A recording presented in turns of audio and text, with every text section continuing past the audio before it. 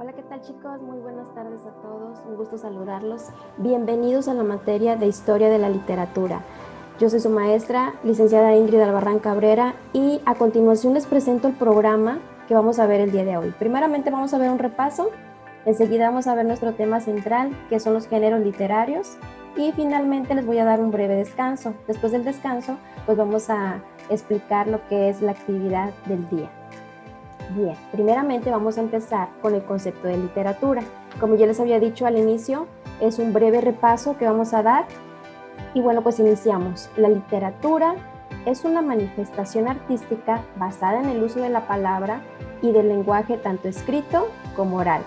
Con este término también se conoce el conjunto de las producciones literarias, por ejemplo, de un país, de una lengua o de una época. ¿Qué es la literatura, muchachos? Bueno, en sí es la fusión entre la intención semántica y la expresión estética. Como ustedes bien han sabido, anteriormente se ha dicho que la literatura inició como un lenguaje bello, pero en sí viene siendo la unión de la gramática, retórica y poética. Bien, ahora me voy a lo que es la historia de la literatura. ¿Qué es la historia de la literatura? Quiero hacer hincapié en esto porque es el nombre de nuestra materia.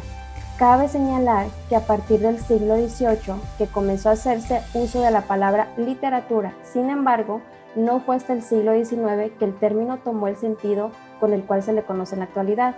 Posteriormente, en el siglo XX, el formalismo ruso, en especial Roman Jexbom, estudió con detenimiento aquello que era definido como literatura y sus características. De esta manera, logró diferenciar la función poética del lenguaje y la estética de la escritura para emitir un mensaje. La literatura es propia de la cultura del ser humano y tiene características propias de cada época. También tiene características propias del lugar donde se ha desarrollado.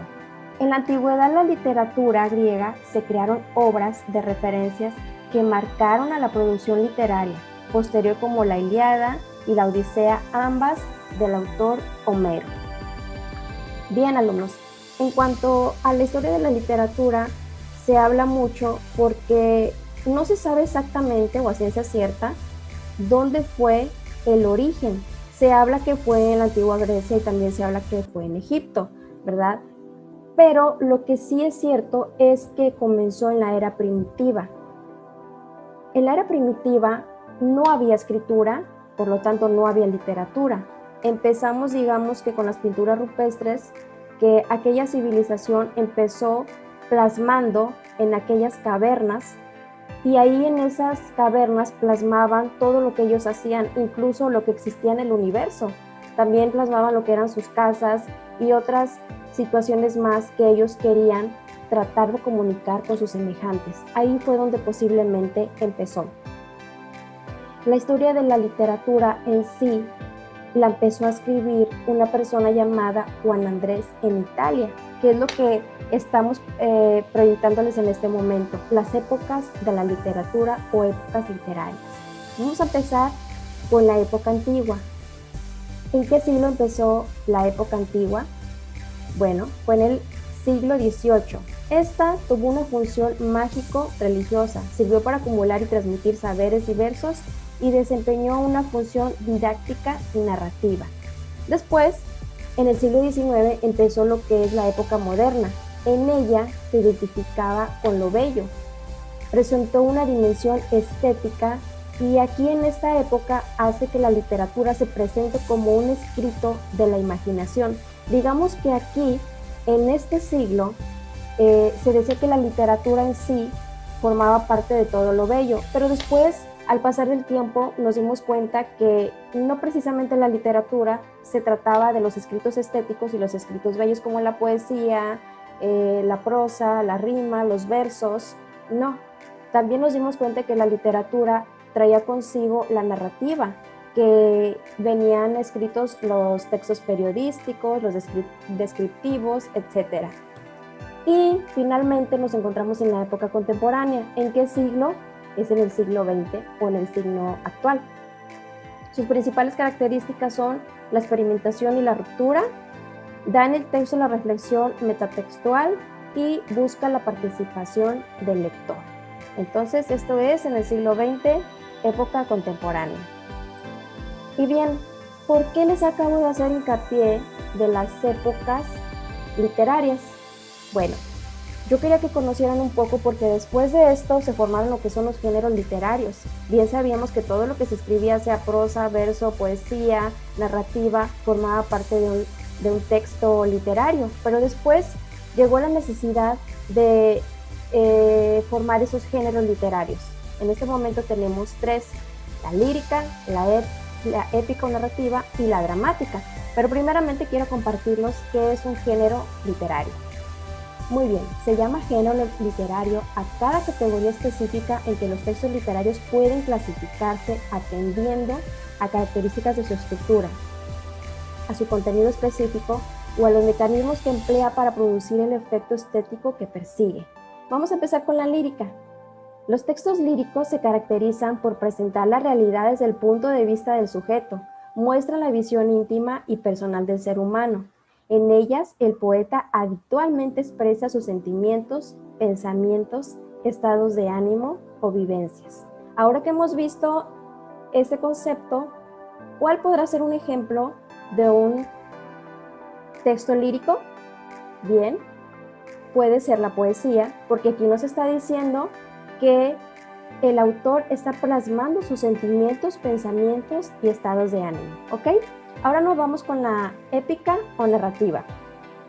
En las obras narrativas se presenta una realidad ficticia o realidad representada, mundo de ficción, como si fuera el mundo exterior u objetivo, es decir, de forma ajena al autor. En este tipo de textos el autor describe personas, situaciones y ambientes, relata también acciones y acontecimientos sucedidos en tiempos y espacios diversos, hace hablar a través de monólogos o de diálogos a esos personajes que a veces da cuenta del mundo interior. Aquí se plasman pensamientos, sentimientos, estados de ánimo, pero ojo, no precisamente del autor, sino de los personajes que están narrando este texto épico. Ahora nos pasamos con el género dramático. En las obras dramáticas se presenta uno o varios conflictos generando por unas interrelaciones de unos personajes que sin que el autor los presente ni describa y sin que diga qué hacen o sienten, dialogan entre sí y actúan durante cierto momento o unidades de tiempo en uno o varios lugares. Bien, en la siguiente diapositiva les presento ahora sí un mapa en donde se encuentran los géneros literarios, para que ustedes vayan conociendo cuáles son los ejemplos de ellos después de haber visualizado los conceptos. Vamos a empezar con la narrativa. ¿Qué es la narrativa? ¿Qué es el género narrativo? Bueno, tenemos que son los relatos o sucesos. En ello tiene inicio, nudo y desenlace.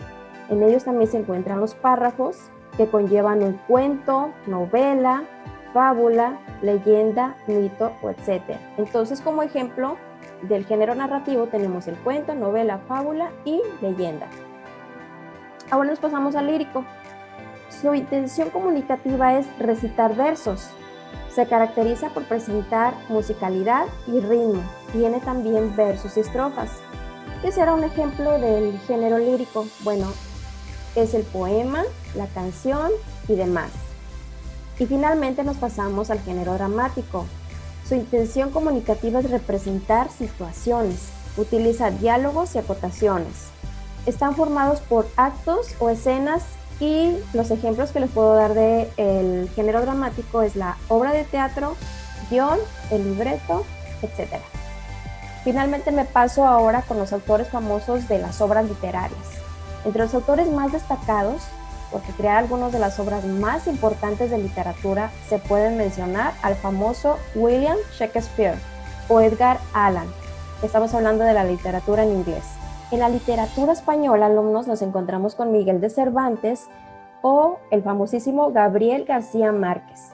En la literatura alemana tenemos a Johann Goldwyn y a Franz Kafka. En la literatura francesa tenemos a Victor Hugo o Albert Camus. Y finalmente, en la literatura rusa encontramos a Fyodor Dostoyevski o León Tolstoy. Bueno, esto es todo por este día en nuestra materia de historia de la literatura. Espero que hayan absorbido un buen de conocimiento.